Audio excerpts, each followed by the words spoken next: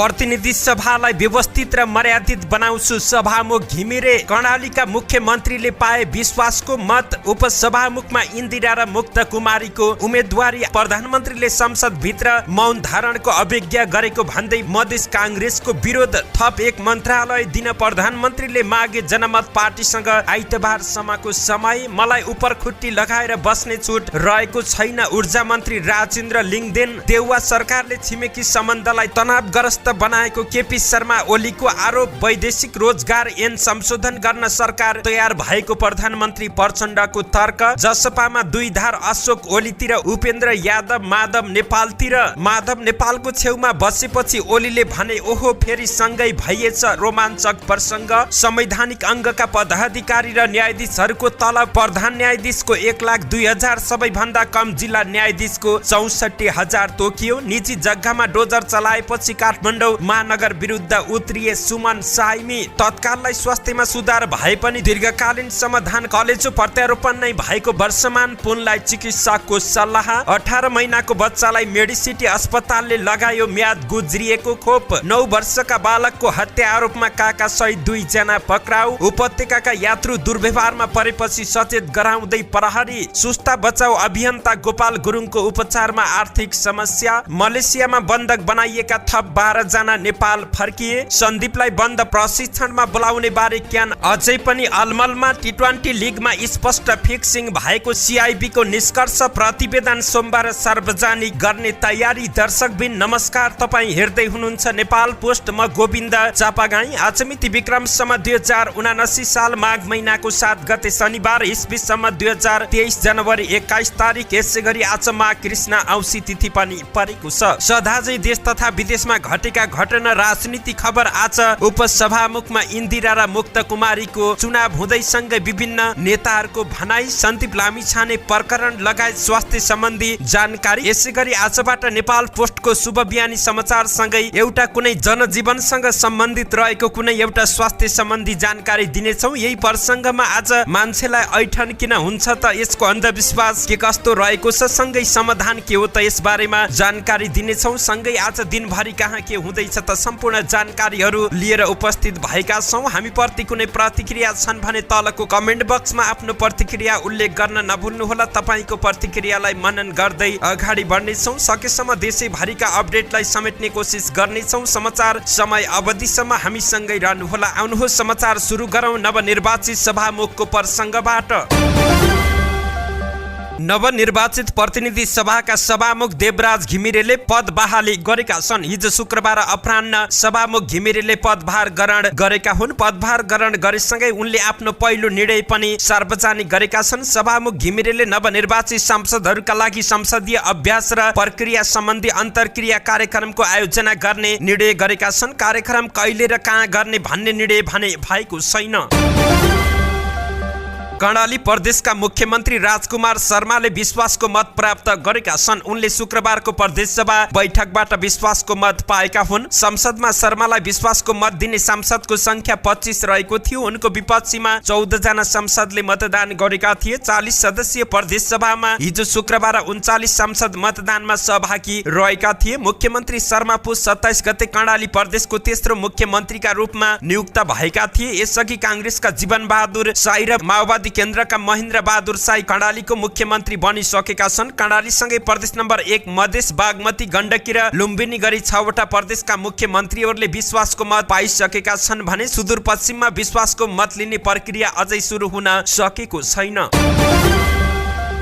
नेकपा एमालेका सांसद लक्ष्मी महतो कोइरीलाई पक्राउ गर्न गृह मन्त्रालयले प्रहरी प्रधान कार्यालयलाई निर्देशन दिएको छ। शुक्रबार एक विज्ञप्ति जारी गर्दै गृह मन्त्रालयले कर्तव्य ज्यान मुद्दाका फरार प्रतिवादी सांसद कोइरीलाई पक्राउ गर्न प्रहरी प्रधान कार्यालयलाई निर्देशन दिएको छ। उपप्रधान तथा गृह मन्त्री रवि लामिछानेको मौखिक आदेश हुँदा पनि सांसद कोइरी पक्राउ नपरेकोमा मन्त्रालयको गम्भीर ध्यानाकर्षण भएको विज्ञप्तिमा उल्लेख गरिएको छ। मन्त्रालयका प्रवक्ता फणिन्द्र मणि पोखरेलले जारी गरेको विज्ञप्ति अनुसार अनुसार निज कोइरीलाई पक्राउ गरी तत्काल कारबाही प्रक्रिया अगाडि बढाउन प्रहरी प्रधान कार्यालयलाई निर्देशन दिएको छ। माननीय उप प्रधानमन्त्री एवं गृह मन्त्री ज्यूबाट पटक पटक प्रहरीलाई मौखिक निर्देशन भएकोमा हालसम्म पक्राउ नपरेको प्रति मन्त्रालयको गम्भीर ध्यानआकर्षण भएको छ। निज प्रतिवादीलाई कानुन बमोजिम पक्राउ गरी तत्काल कारबाही अगाडि बढाउन मन्त्रालयले प्रहरी प्रधान कार्यालयलाई पत्रचार गरेको बेहोरा अनुरोध छ। विज्ञप्तिमा भनिएको छ, नेकपा एमालेबाट निर्वाचित सांसद कोइरीमाथि प्रेमबहादुर विकले कर्तव्य ज्यान मुद्दा दायर गरेका थिए। कोइरी महोत्तरी क्षेत्र नम्बर 1 बाट प्रतिनिधि सभा सदस्यमा निर्वाचित भएका हुन्।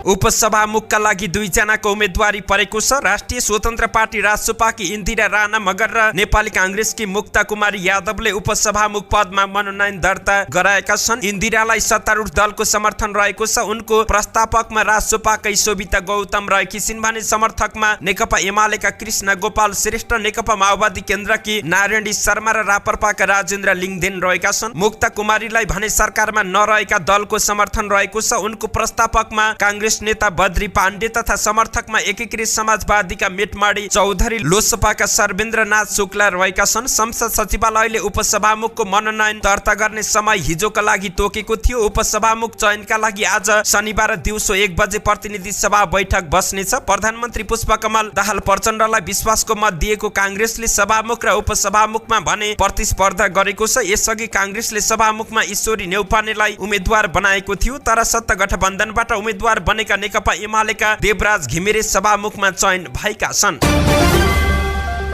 प्रतिनिधि सभा बैठकमा मधेस आन्दोलनका शहीदहरू प्रति भएको अपमान प्रति नेपाली कांग्रेस मधेस प्रदेशले दुःख व्यक्त गरेको छ। कांग्रेस मधेस प्रदेशका सभापति तथा संसदीय दलका नेता कृष्ण प्रसाद यादवले विज्ञप्ति जारी गर्दै मधेस आन्दोलनका शहीदहरू प्रति अपमान गरेकोमा दुःख व्यक्त गरेका छन्। सदनमा बोल्ने क्रममा जनमत पार्टीका अध्यक्ष तथा सांसद डाक्टर सीके राउतले मधेसी शहीदहरूको सम्झनामा 1 मिनेट मौन धारण गरेका थिए। सो क्रममा केही सांसद उठेर मौन धारण गरे, तर प्रधानमन्त्री पुष्पकमल दाहाल प्रचण्ड लगायतका केही सांसद उठेका थिएनन्। प्रधानमन्त्री प्रचण्डले नै मौन धारण नगरेको मधेसमा आलोचना भइरहेको छ। सो विषयमा कांग्रेस मधेसका सभापति यादवले विज्ञप्ति जारी गरेर प्रधानमन्त्री प्रचण्डमाथि मधेस विरोधी आरोप लगाएका छन्। मौन धारणको अनुरोधलाई प्रधानमन्त्री लगायतका कतिपय सांसद जीवहरूले अवज्ञा गर्नु दुःखद रहेको छ। उनले विज्ञप्तिमा भनेका छन्, यो घटनाबाट हाम्रा शासकहरू मधेसका शहीदहरू प्रति सदैव वैरभाव राख्छन् भन्ने प्रष्ट भएको छ। मधेस आन्दोलनका शहीदहरू प्रति प्रधानमन्त्री प्रचण्ड लगायतको रवैया मधेस र मधेसी जनता प्रतिको अपमान र मधेसी जनविरुद्धको व्याप्त विभेदपूर्ण मानसिकताको उपज भएको कांग्रेस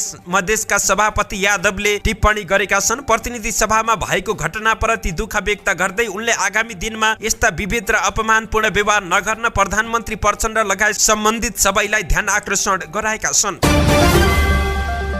सरकारसँग असन्तुष्ट रहेको सीके राउत नेतृत्वको जनमत पार्टीसँग प्रधानमन्त्री प्रचण्डले आइतबारसम्मको समय मागेका छन्। उद्योग मन्त्रालयमा सहमति भएपछि खानेपानी मन्त्रालयको जिम्मेवारी दिएको भन्दै जनमत पार्टी सरकारसँग असन्तुष्ट रहँदै आएको छ। सुरुमा बिना विभागीय मन्त्री रहेका सो पार्टीका अब्दुल खानलाई माघ 3 गते भएको मन्त्री परिषद विस्तार गर्दा खानेपानी मन्त्रालयको जिम्मेवारी दिएको थियो, तर असन्तुष्टि जनाउँदै खानले अहिलेसम्म पदभार ग्रहण गरेका छैनन्। जनमत पार्टीले थप एउटा मन्त्रालय दिए मात्र खानेपानी मन्त्रालय स्वीकार गर्न सकिने सन्देश प्रधानमन्त्री प्रचण्डलाई दिएको छ। जनमतको सन्देशपछि प्रधानमन्त्री प्रचण्डले आफूसँग रहेको वन तथा मन्त्रालय र युवा तथा खेलकुद मन्त्रालय मध्ये एउटा जनमतलाई दिने परिस्थिति बन्न सक्ने आश्वासन दिएका छन्। बिहिबार साँझ जनमतका अध्यक्ष डाक्टर सीके राउत र प्रधानमन्त्री प्रचण्डको बीचमा मन्त्रालयको विषयमा पनि छलफल भएको थियो। सो छलफलमा प्रधानमन्त्री प्रचण्डले आइतबारसम्मको लागि समय माग गरेका छन्। सरकारमा ल्याउनका लागि लोकतान्त्रिक समाजवादी पार्टी र जनता समाजवादी पार्टीको बीचमा कुराकानी भइरहेको र ती पार्टी सरकारमा सहभागी नभई थप एक मन्त्रालय दिने आश्वासन दिएको सो पार्टीका एक नेताले जानकारी दिएका छन्। जनमत पार्टीको पहिलो चाहना उद्योग वाणिज्य तथा आपूर्ति मन्त्रालय नै भएको भन्दै ती नेताले सो मन्त्रालय पाए अर्को मन्त्रालय नचाहिने तर्क दिएका छन्। तर खानेपानी मन्त्रालय मात्र भयो भने एउटा थप मन्त्रालय चाहिने उनको भनाइरहेको छ। खानेपानी मन्त्रालय मात्रै पाउने परिस्थिति बनेमा भने सरकारबाट बाहिरिने मनस्थितिमा जनमत पार्टी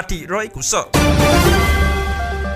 उपप्रधान तथा ऊर्जा जलस्रोत तथा सिंचाई मन्त्री राजेन्द्र प्रसाद लिङदेनले सार्वजनिक कार्यक्रममा लामो समय पलेटी कसेर उपरखुट्टी लगाएर बस्ने छुट र समय आफूलाई नरहेको बताएका छन्। शुक्रबारबाट काठमाडौँको भिरकुटी मण्डपमा सुरु भएको नेपाल इलेक्ट्रिक पावर लाइट्स अन्तर्राष्ट्रिय प्रदर्शनीको उद्घाटन गर्दै उनले यस्तो बताएका हुन्। उनले प्रदर्शनीले नेपालमा राम्रा प्रविधिहरू भित्राउन, नेपालको व्यापार प्रवर्धन र नेपालको विद्युत नेपालमै प्रयोग गर्न मद्दत पुग्ने ढङ्गका क्रियाकलापहरूमा सहयोग पुग्ने आशा गरेको समेत बताएका छन्। उनले सरकारले लगानी मैत्री वातावरण बनाउने उल्लेख गर्दै अब उद्योग दर्ता सम्बन्धी कुनै पनि प्रक्रियाहरूमा फाइल घुमिराख्ने, लालफित्ता साईको अन्त्य हुने र रेड ट्यापिजको अन्त्य गर्दै एउटा टेबलबाट सबै काम सक्ने प्रक्रियाको थालनी गर्ने बताएका छन्। उनले देशभित्रका उद्योगी व्यापारीहरूलाई ढुक्कसँग लगानी गर्न र विदेशी उद्योगीहरूलाई पनि नेपालमा लगानी मैत्री वातावरण रहेकाले ढुक्कसँग लगानी गर्न आग्रह गरेका छन्। उनले सरकारले लगानीकर्ताको सम्पूर्ण सुरक्षाको जिम्मा लिने र लगानीको पूर्ण ग्यारेन्टी लिने प्रतिबद्धता समेत गरेका छन्। नेकपा एमालेका अध्यक्ष केपी शर्मा ओलीले अघिल्लो सरकारले छिमेकी सम्बन्धलाई कृत्रिम रूपले तनावग्रस्त बनाएको आरोप लगाएका छन्। एमालेको परराष्ट्र मामिला विभागले शुक्रबार काठमाडौँमा आयोजना गरेको कार्यक्रममा पूर्व प्रधानमन्त्री समेत रहेका एमाले अध्यक्ष ओलीले अघिल्लो सरकारले छिमेकी सम्बन्धलाई अनावश्यक ढङ्गले तरङ्गित र असन्तुलित बनाएको आरोप लगाएका छन्। हाम्रो अन्तर्राष्ट्रिय सम्बन्ध विवादस्पद ढङ्गले चल्यो उनले भने। कसैका निम्ति काम गर्ने, कसैलाई प्रभोग गर्ने गैर जिम्मेवार प्रवृत्तिहरू देखा परे। राष्ट्र एकजुट भएर देशका निम्ति अन्तर्राष्ट्रिय सम्बन्ध सञ्चालन गर्नुपर्नेमा देशभित्र तनाव बढाउने, बाहिरी शक्तिसँग साँठगाँठ गर्ने काम गरेको उनको आरोप रहेको छ। नयाँ सरकारले आन्तरिक व्यवस्था र नीति अनुकूल बाहिरी सम्बन्ध अगाडि बढाउने पनि उनले बताएका छन्। यसैगरी नेकपा एमालेका अध्यक्ष केपी शर्मा ओलीले छिमेकी मुलुकहरूसँग कुनै कार्ड नखेल्ने बताएका छन्। नेपालको भूमि कसैका विरुद्ध प्रयोग हुन नदिने र उनीहरूको जायज चासो चिन्तालाई सम्बोधन गरेर अगाडि जाने बताएका छन्। उनले अघि भने, हामी हाम्रा छिमेकीहरूका निम्ति असल छिमेकी हुन चाहन्छौँ। उनीहरूको कुभलो गर्दैनौँ, भलो चिताएर उनीहरूलाई सहयोग पुर्याएर उनीहरूका जायज चासो चिन्तालाई सम्बोधन गरेर अगाडि बढ्छौँ। नेपालको भूमि कसैका विरुद्ध प्रयोग हुन नदिने र कुनै सैन्य गतिविधिमा संलग्न नहुने पनि ओलीको तर्क रहेको थियो। प्रधानमन्त्री पुष्पकमल दाहाल प्रचण्डले वैदेशिक रोजगार ऐन संशोधन गरी वैदेशिक रोजगार व्यवसायलाई पारदर्शी बनाउन सरकार तयार रहेको बताएका छन्। नेपाल वैदेशिक रोजगार व्यवसायी सङ्घको 29औं वार्षिक साधारण सभालाई हिजो सम्बोधन गर्दै प्रधानमन्त्री प्रचण्डले श्रम मन्त्री र सचिवसँग राम्रो जानकारी लिएर श्रम ऐन संशोधनदेखि वैदेशिक रोजगार व्यवसायीलाई पारदर्शी र सम्मानित बनाउन तयार रहेको बताएका छन्। वैदेशिक रोजगारीको क्षेत्रमा रहेको विकृति विसङ्गति रोक्न व्यवसायीहरूको सहयोगको आवश्यकता रहेको उनले बताए। समय अनुसार वैदेशिक रोजगार व्यवसायलाई सम्मानित, पारदर्शी, प्रभावकारी बनाउने र गलत क्रियाकलापहरूलाई निरुत्साहित पार्ने प्रक्रियामा केही प्रगति भइरहेको छ। प्रधानमन्त्री प्रचण्डले हरेक क्षेत्रमा जनता र राष्ट्रको निम्ति केही नयाँ सुरुवात गर्ने प्रतिबद्धता व्यक्त गरेका छन्। प्रधानमन्त्री प्रचण्डले वैदेशिक रोजगार व्यवसायीहरूले नै वैदेशिक रोजगारीको क्षेत्रमा देखिएका विकृति विसङ्गतिलाई रोक्न सहयोग गर्न आग्रह समेत गरेका छन्। उनले व्यवसायीहरूले सरकारलाई सहयोग गर्दा सरकार मैत्रीपूर्ण सम्बन्ध कायम गर्न तयार रहेको जिकिर गरेका छन्।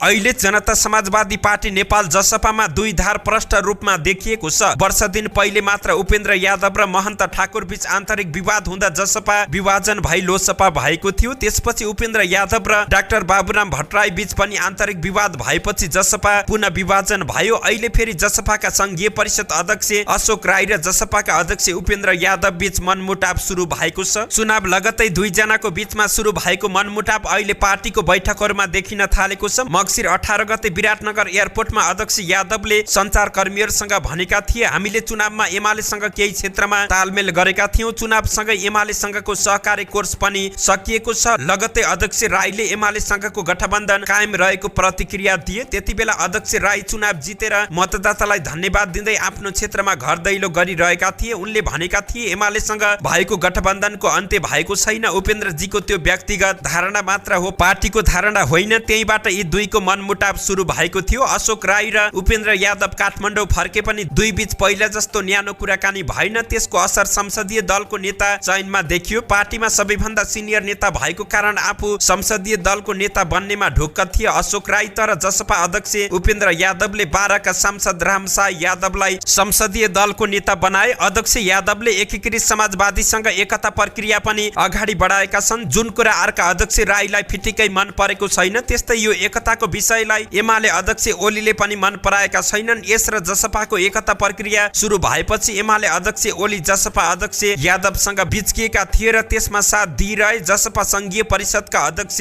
अशोक राईले अध्यक्ष ओली र अध्यक्ष राई बीच हिमचिम अगाडि बढिरहेको छ। अध्यक्ष ओलीले अशोक राईलाई त्यत्तिकै आफ्नो पार्टीको उपाध्यक्ष भनेका होइनन्। अशोक राईले एमाले छाडेको 10 वर्ष बितिसक्यो, तर ओलीले अझै पनि उनी आफ्नै पार्टीको उपाध्यक्ष रहेको भन्दै आएका छन्। कार्तिक 25 गते धरानमा चुनाव प्रचारका लागि गएका एमाले अध्यक्ष ओलीले अशोक राई आफ्नो उपाध्यक्ष रहेको धारणा राखेका थिए। उनले राईलाई देखाउँदै भनेका थिए, उहाँ मेरो उपाध्यक्ष नै हो। त्यो बेलादेखि दुई जनाको बीचमा राम्रो सम्बन्ध बनेको छ। अशोक राईका प्रिय नेता रहेका हेमराज राई गत भदौमा जसपा छाडे। आफूसँग अशोक राईका साथमा रहेका केही नेताहरू लिएर हेमराज एमाले प्रवेश गरे। त्यसपछि एमालेका अध्यक्ष ओलीले अशोक राईलाई पनि पटक पटक पार्टीमा फर्कन आग्रह गरे, तर त्यसमा अध्यक्ष राईले ओलीलाई कुनै वचन दिएका छैनन्। अशोक राई पार्टीको संसदीय दलको नेता नबनेपछि उप प्रधानमन्त्री सहित मन्त्री बन्ने सोचमा थिए, तर उप प्रधानमन्त्री नदिएपछि उनी आफ्नो श्रीमतीलाई मन्त्री बनाउने दाउमा रहेका थिए। अहिले उनले जुनसुकै मन्त्रालय दिए त्यो लिएर जसपा सरकारमा जानुपर्छ भन्ने लाइनमा रहेका छन् र पार्टीमा पनि त्यही अनुसारको विचार व्यक्त गरिरहेका छन्। जसपाका एकजना कार्यकारिणी सदस्यका अनुसार अशोकजीको अनुसार भएको भए अहिले जसपा सरकारमा जान्थ्यो, तर उपेन्द्रजीले रोकेको तर्क दिएका छन्।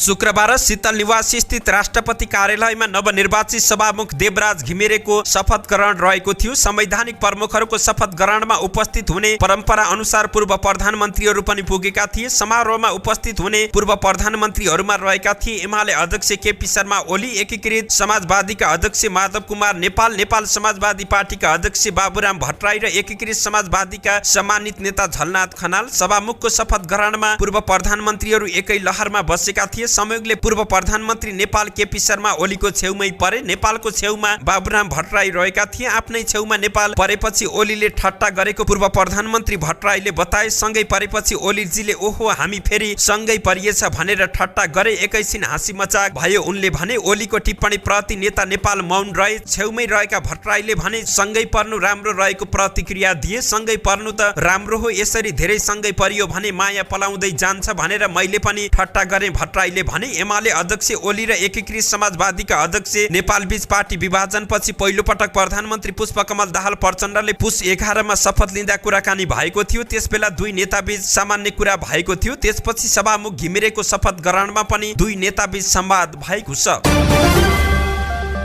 गत साउन 1 गतेदेखि लागू हुने गरी सरकारले सर्वोच्च अदालतका प्रधान न्यायाधीश सहित विभिन्न पदाधिकारीको नयाँ तलबमान कायम गरेको छ। अर्थ मन्त्रालयले राजपत्रमा सूचना प्रकाशित गर्दै सर्वोच्च अदालतका प्रधान न्यायाधीश, न्यायाधीश, उच्च अदालतका मुख्य न्यायाधीश, न्यायाधीश, जिल्ला अदालतका न्यायाधीश, न्याय परिषदका सदस्य तथा महान्यायाधियोक्ताको तलबमान कायम गरिएको जानकारी दिएको छ। यस्तै राष्ट्रिय योजना आयोगका उपाध्यक्ष तथा सदस्य, संवैधानिक निकायका प्रमुख तथा पदाधिकारी, संघीय संसदका महासचिव तथा सचिव र राष्ट्रिय सूचना आयोगका प्रमुख सूचना आयुक्त र सूचना आयुक्तको नयाँ तलबमान कायम गरिएको छ। नयाँ तलबमान अनुसार सबैभन्दा बढी सर्वोच्च अदालतका प्रधान न्यायाधीशको मासिक तलब रु 1,02,293 रहेको छ भने न्यायाधीशको 85,043 रहेको छ। उच्च अदालतका मुख्य न्यायाधीशको 80,707 मासिक तलब रहेको छ भने न्यायाधीशको 76,483 रहेको छ। जिल्ला अदालतका न्यायाधीशको 64,894 रहेको छ भने महान्यायाधियोक्ताको मासिक तलब 85,043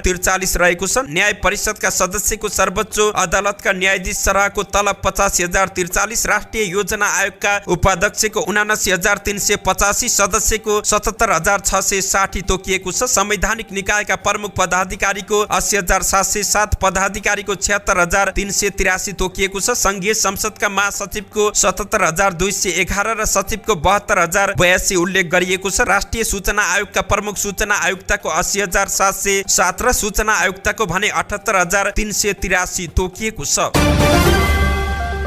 काठमाडौँ महानगरले निजी जग्गामा डोजर चलाउन थालेको भन्दै पीडित परिवार लगायत सरोकारवालाहरूले विरोध प्रदर्शन गरेका छन्। हिजो शुक्रबार काठमाडौँको राष्ट्रिय सभागृहमा महानगरको नगरसभाले 12औं अधिवेशन चलिरहेका बेला उनीहरूले सडक विस्तारको नाममा नागरिकको निजी सम्पत्ति कब्जा गर्न नपाइने भन्दै राष्ट्रिय सभागृह अगाडि प्रदर्शन गरेका छन्। निजी सम्पत्तिमा बिना पुर्जी गुण्डागर्दी शैलीमा डोजर आतंक गरिएको उनीहरूको आरोप रहेको छ। यस्तै उनीहरूले फोहोर मैला व्यवस्थापन कहाँ पुग्यो, टुकुचा बिगार्ने अनि लापरवाही तरिकाले छाड्ने हिँड्ने अधिकार सुनिश्चित गर्न, फुटपाथ सुरक्षित गर्ने अभियान कहाँ पुग्यो लगायतका प्रश्न पनि गरेका छन्। उपत्यका व्यापी सडक विस्तार पीडित संघर्ष समिति सुमन साइमीले उपत्यकाको समस्यामा समाधान गर्न काठमाडौँका मेयर असफल भएको र लोकप्रियताका लागि डोजर आतंक फैलाएको आरोप लगाएका छन्। उनले क्षेत्र अधिकार भन्दा बाहिर नजान र महानगरको निर्णयको कपी पठाएर मात्र काम गर्न आफूले सुझाव दिँदा आफैलाई प्रहरी प्रशासन लगाएर पक्राउ गरिएको जिकिर गरेका छन्। संघर्ष समितिले महानगरको गलत कदम विरुद्ध आन्दोलन गर्ने तयारी समेत गरेको छ।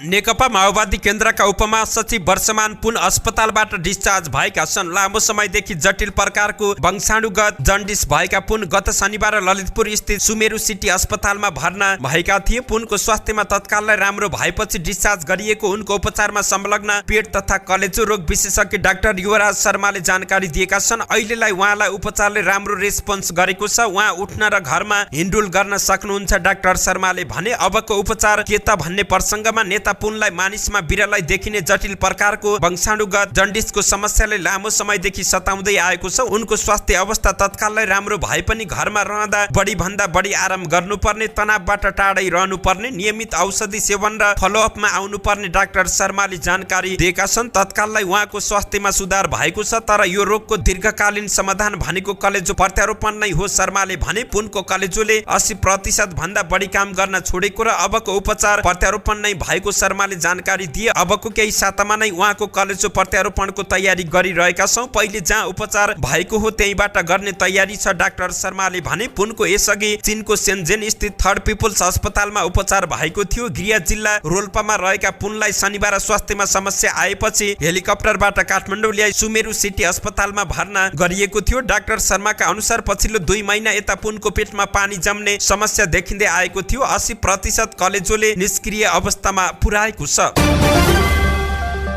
प्रसङ्ग जोडौं अस्पतालको लापरवाही। 18 महिने छोरालाई भ्याकुते रोग हेपाटाइटिस बी लगायतको रोगबाट बचाउने खोप लगाउन एक मागमा ललितपुर स्थित मेडिसिटी अस्पताल पुगे भक्तपुर लोकन्थलीका सौरभ भट्टराई। बच्चालाई खोप लगाएर साँझ घर फर्किएपछि उनीहरूले खोप कार्ड हेरे। खोप कार्ड हेरेपछि सौरभ अचम्मित भए। खोप कार्डमा टाँसिएको खोपको विवरणमा नोभेम्बर 2022 मै खोपको म्याद सकिएको लेखिएको थियो। 6500 रुपियाँको उक्त खोप खरिद गरेको बिलमा भने म्याद समाप्त हुने मिति सन् 2024 लेखिएको छ। खोप राखिएको भाँडोबाट उप्काएर खोप कार्डमा टाँसिएको स्टिकरमा भने खोपको म्याद समाप्त हुने मिति नोभेम्बर 2022 लेखिएको छ। खोप कार्डमा राख्ने स्टिकर खोप राखिएको भाँडोबाटै उप्काएर टाँस्छन् सौरभले भने। बिलमा 2024 फार्मेसीले लेखेको हो। म्याद गुज्रिएको खोप किन्न लगाएको भन्दै अस्पताल पुगेका सौरभलाई अस्पताल प्रशासनले मानवीय त्रुटि भन्दै आलटाल गर्न खोज्यो। हामी अस्पताल पुगेका थियौं सौरभले भने। यो त सामान्य मानवीय त्रुटि हो, यसमा केही समस्या हुँदैन भनेर डाक्टरले फर्काएको उनले गुनासो गरेका छन्। आफ्नो 18 महिने छोरालाई म्याद गुज्रिएको खोप लगाएको बारे सौरभले नेपाल मेडिकल काउन्सिललाई पनि जानकारी गराएका छन्।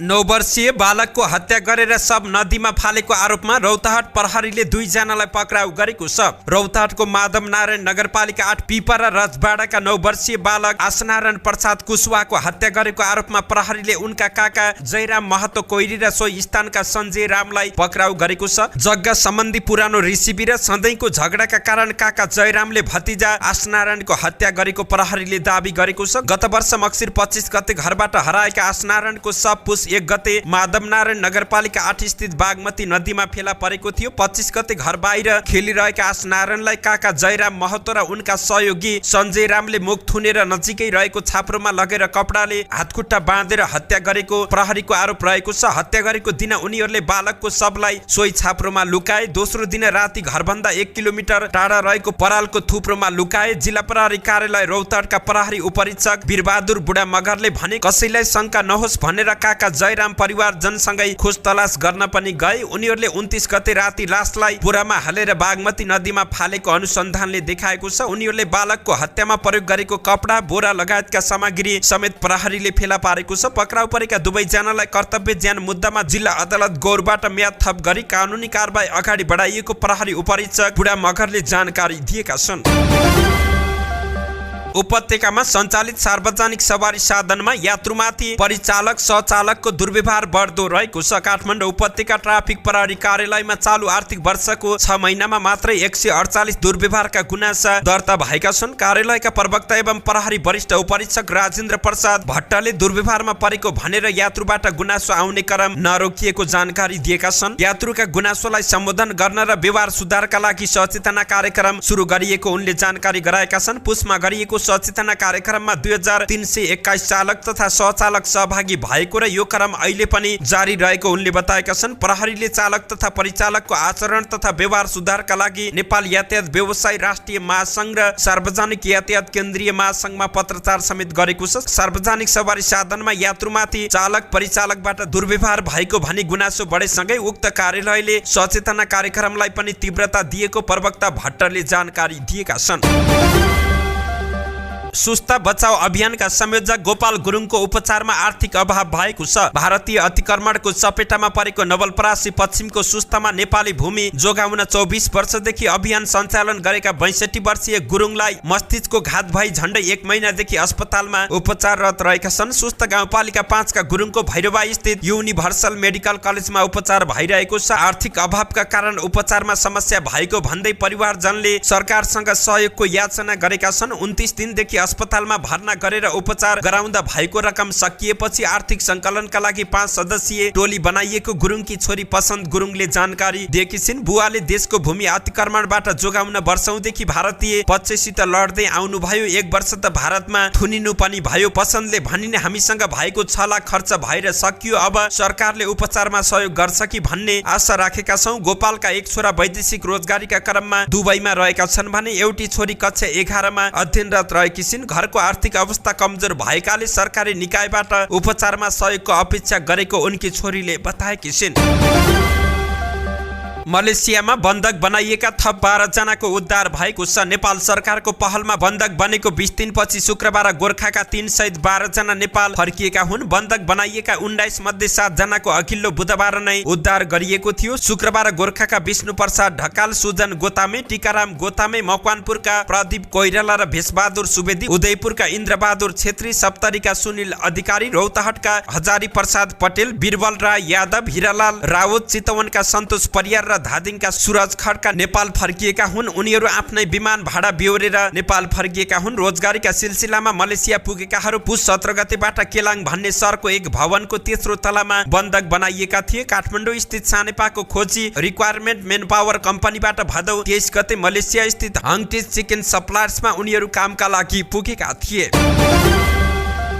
कप्तान सन्दीप लामिछानेलाई राष्ट्रिय टिमबाट गरिएको निलम्बन फुकुवा गर्ने बारे नेपाल क्रिकेट संघ क्यान अन्यलमा देखिएको छ। अदालतको आदेशमा सन्दीप रिहा भइसके पनि उनीमाथिको मुद्दा विचाराधीन रहेकाले क्यान दोधारमा परेको छ। पाटन उच्च अदालतले बलात्कार आरोपी सन्दीपलाई 20 लाख रुपियाँ धरोटीमा गत साता रिहा गरेको थियो। अदालतले उनीमाथि विभिन्न शर्तहरू लगाएको भए पनि क्रिकेट खेल्न रोक लगाएको छैन। त्यसैले सन्दीप फेरि राष्ट्रिय टिममा फर्केर क्रिकेट खेल्न पाउनेमा आशावादी रहेका छन्। तर बाहिरी दबावमा परेको क्यानले भने निर्णय लिन सकेको छैन। क्यान अध्यक्ष चतुरबहादुर चन्द सन्दीप माथिको निलम्बन फुकुवा गर्न तत्पर रहेका छन्। सन्दीप रिहा भएपछि उनलाई राष्ट्रिय टिममा फर्काउने सम्भावना बारे सकारात्मक प्रतिक्रिया दिएका थिए। तर मुद्दा किनारा नलाग्दासम्म राष्ट्रिय टिममा फर्काउन हतार गर्न नहुने सामाजिक सञ्जालमा आवाज उठेपछि उनी अलमलमा परेका हुन्।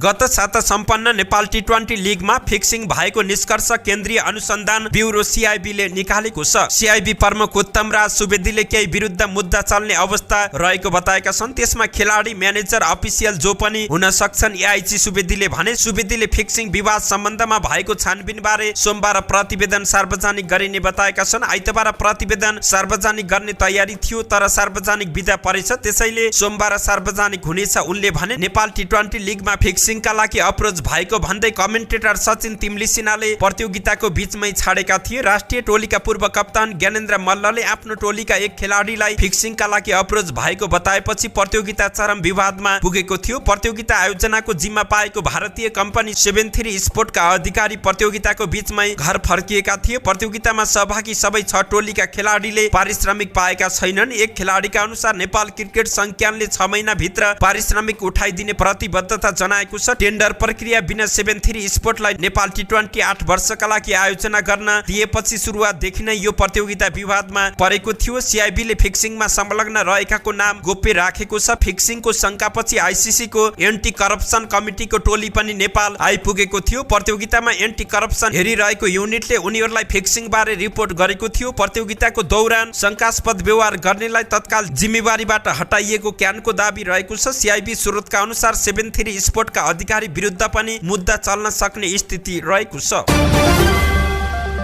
अब प्रसंग जोडौं स्वास्थ्य हेल्थ सम्बन्धी ऐठन किन हुन्छ त भन्ने प्रसंगमा मनोचिकित्सक डाक्टर सरोज ओझाका अनुसार सुत्ने र उठ्ने प्रक्रियामा निद्राका 4 चरण रहेका हुन्छन्। पहिलो चरणमा निदाउने बित्तिकैको 10 मिनेटको स्थिति यस्तो हुन्छ कि आधा बेउजिएको र आधा निदाएको। यति बेला सानोतिनो दखलले पनि हाम्रो निद्रा बिथोलिन सक्छ। कसैले चर्को स्वरमा बोल्यो, ढोका खोलेको आवाज आयो, भाँडा बर्तन बचेको आवाज आयो भने पनि मान्छेको निद्रा भङ्ग हुन्छ। यही बाहिरी वातावरण शान्त भयो र निद्रा बिथोल्ने कुनै कारण भएन भने आसपासमा भइरहेको कुरा क्रमशः मधुरो हुँदै जान्छ। दोस्रो चरणमा मुटुको धड्कनको गति पनि बिस्तारै घट्दै जान्छ। तेस्रो चरणमा पुगेपछि हामी एकदमै गहिरो निद्रामा पुग्छौं। चौथो चरणलाई र्यापिड आई मोमेन्टको चरण भनिन्छ। यो चरणसम्म पुग्दा हाम्रो निद्रा अझ गहिरो भएको हुन्छ। यति बेला श्वास प्रश्वास प्रक्रिया बढिरहेको हुन्छ, दिमाग एकदम सक्रिय हुन्छ, रक्त सञ्चार बढिरहेको हुन्छ, तर हाम्रा मांसपेशीहरू एकदमै निष्क्रिय भएका हुन्छन् र केही कुरा पनि थाहा नपाउने स्थितिमा रहन्छौं। यति बेला नै हामीले सपना देख्ने गर्दछौं। र्यापिड आई मोमेन्टबाट निस्कने क्रममा हामीलाई कहिलेकाहीँ ऐठन हुन सक्छ। दिमाग चलिरहेको हुन्छ, शरीर चलाउन खोज्दा शरीर चल्दैन, त्यसकारण हामी अतलिँदै बिउजिन्छौं। हल्का निद्रा र शरीर निष्क्रिय भएको अवस्था हो यो। यसलाई हाम्रो पुरातन समाजमा भूतप्रेतले दुःख दिएको भन्ने बुझाइरहेको छ। यसलाई ऐठन भन्ने गरिएको छ। अंग्रेजीमा भने यसलाई स्लिपिङ प्यारालाइज भन्ने गरिन्छ। ऐठन किन हुन्छ त भन्ने प्रसंगमा खास गरी निद्राको तालमेल नमिल्दा ऐठन हुने गर्दछ। खास गरी निद्राको चक्र बदलिने बेलामा यस्तो हुने गर्दछ। ऐठनका सम्बन्धमा व्यक्ति पछि फरक अनुभव सुनिएको छ। कसैलाई गरौं वस्तुले थिचे जस्तो महसुस हुने, कसैलाई बलियो वस्तुले अठाइ चाहिँ हुने, कसैलाई सास नै थुनी दिए चाहिँ हुने गर्छ। यस्तो स्थिति केही सेकेन्ड वा मिनेटसम्म हुने गर्दछ। मनोचिकित्सकका अनुसार ऐठन पर्नु भनेको सुताइको स्थिति नमिल्नु वा ओछ्यान असजिलो हुनु नै हो। तर ऐठनका बारेमा समाजमा अनेक धारणा वा भ्रम व्याप्त रहेका छन्। केही कारण ऐठन परेपछि मानिसहरू चिन्तित हुने गरेका छन्। ऐठन आफैमा रोग नभए पनि यसका बारेमा जुन भरम रहेको छ त्यसले मानिसलाई मनोरोगी बनाउने चिकित्सकको तर्क रहेको छ। अनिद्रा, उत्तानो परेर सुत्ने बानी, नशालु पदार्थ खाएर सुत्दा ऐठन हुने सम्भावना बढी हुन्छ। कहिलेकाहीँ शरीरमा अक्सिजनको मात्रा कम हुँदा पनि ऐठन भएको जस्तो हुने मनोचिकित्सकले बताउने गरेका छन्। यसको समाधान के छ त भन्ने प्रसंगमा मनोचिकित्सकका अनुसार ऐठनको समस्याबाट गुज्रिरहेको अवस्था छ भने निद्राको सन्तुलन व्यवस्थित गर्नुपर्छ। त्यसका लागि निद्राको समय तालिका बनाउन सकिन्छ। सुत्ने र उठ्ने तालिका एकनास हुनुपर्छ। शयन कक्ष शान्त सफा हुन जरुरी रहेको छ। ओछ्यान सहज हुनुपर्छ। हल्का पहिरन लगाएर सुत्नुपर्छ। पलङ वा सिरानीमा सरसामान राख्नु हुँदैन। सुत्नु अघि गहिरो सास लिने र छोड्ने अभ्यास एकदमै प्रभावकारी रहेको पनि बताइएको छ। अहिले धेरैले मोबाइल चलाउने, चर्को गीत बजाएर सुत्ने गर्नाले यसले पनि गहिरो निद्रामा बाधा पारेको चिकित्सकको तर्क रहेको छ। धन्यवाद। यस्तै ताजा समाचारको लागि नेपाल पोस्ट हेर्दै गर्नुहोला।